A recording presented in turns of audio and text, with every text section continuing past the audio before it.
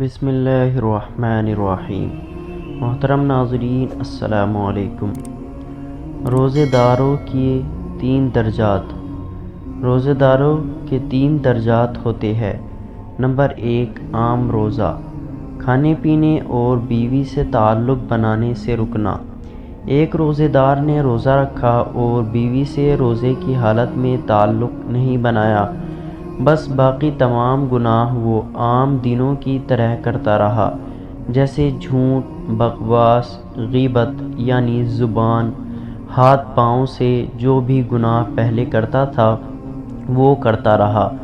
روزہ ہونے کی حالت میں بھی پرہیز نہیں کیا۔ نمبر 2، خاص روزہ، آنکھ، کان، زبان، پاؤں اور بدن کے تمام حصوں کو گناہ سے روکنا۔ ایک روزے دار نے روزہ رکھا، اس کو یہ معلوم تھا کہ روزہ صرف کھانے پینے اور بیوی سے رک جانے کا نام نہیں ہے، بلکہ روزے کی حالت میں جب حلال چیز یعنی کھانا حرام ہو گیا تو جو چیزیں پہلے سے ہی حرام ہیں ان کی برائی تو اور بڑھ گئی۔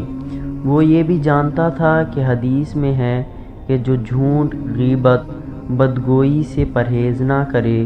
تو اس کے بھوکا رہنے کی اللہ کو کوئی ضرورت نہیں، اس لیے اس نے آنکھ، کان، زبان، پاؤں، ہر چیز کا روزہ رکھ لیا، یعنی ان سے جو گناہ ہو سکتے ہیں ان تمام گناہوں سے بچ گیا۔ نمبر 3، سب سے خاص روزہ، دل کا روزہ، یعنی دل کا تمام برے اخلاق سے اور دنیاوی خیالات سے پاک رہنا اور مخلوقات سے توجہ ہٹا کر صرف اللہ کی طرف توجہ کرنا۔ روزے دار نے روزہ رکھا، وہ جانتا تھا کہ روزے کا مقصد صرف کھانے پینے سے رک جانا نہیں ہے اور صرف گناہوں سے رک جانا نہیں ہے، بلکہ دل کو بھی ہر اس گندگی سے پاک رکھنا ہے جو ناجائز ہے، اور ہر اس چیز کو دل سے نکال دینا ہے جو اللہ کی طرف سے دل کو ہٹانے والی ہو۔ رمضان روزے دار سے یہی چاہتا ہے کہ روزے دار اپنے دل کی حالت بدل لے،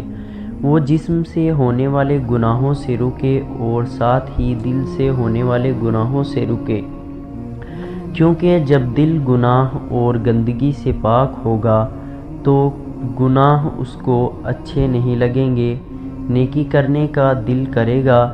اللہ کی بات بہت جلد دل پر اثر ڈالے گی، روحانیت حاصل ہوگی، تقوی حاصل ہوگا، پاکیزگی حاصل ہوگی، حلال اور آسان رزق حاصل ہوگا، اللہ کے نیک بندوں میں شمار ہوگا، انسان فرشتوں میں مشہور ہوگا، دل زیادہ تر وقت اللہ کی یاد میں لگا رہے گا۔ جب پورے مہینے ایک بندہ یہ کر لیتا ہے تو باقی 11 مہینے بھی یہ کرنے میں آسانی ہو جاتی ہے، کیونکہ پورے مہینے اس کی پریکٹس کی ہے، اللہ کے قریب جانے کی پریکٹس ہے، اور یہی رمضان ایک روزے دار سے چاہتا ہے۔ اللہ ہم سب کو عمل کرنے کی توفیق عطا فرمائے۔